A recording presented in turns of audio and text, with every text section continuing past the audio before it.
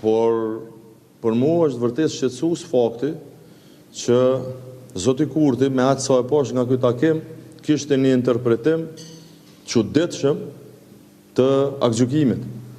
Dhe sipas atij interpretimi, ai mendonte që s'ka asnjë problem as me propozimin arbitrar të kryesuesit të seancës për komisionin që kërkon votimin e msheft, e as me mënyrën si është marrë seanca, kur në dispozitiv pika e parë, gjetja në fakt e parë thotë që seanca nuk është zhvilluar në pajtim me kushtetutën, nuk di çka duhet më dhon tjetër këtyre njerëzve. Ne bëm thirrje, bëm përpjekje që të arrihet konsenzusi.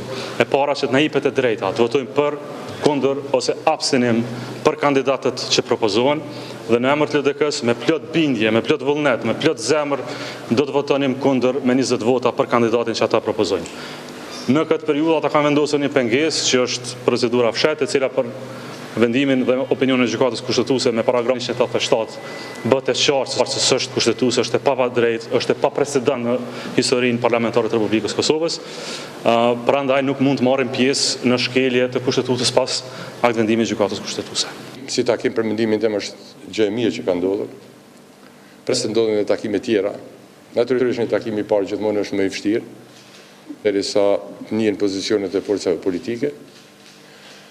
Unë mundova që të jap kontributin tim për të kthyer në esencën e asaj që na zgjidhen dhe ato që presin qytetarët e Kosovës. Partia në pushtet nuk e ka pranuar asnjë ofertë që ne e kemi afruar si parti opozitore.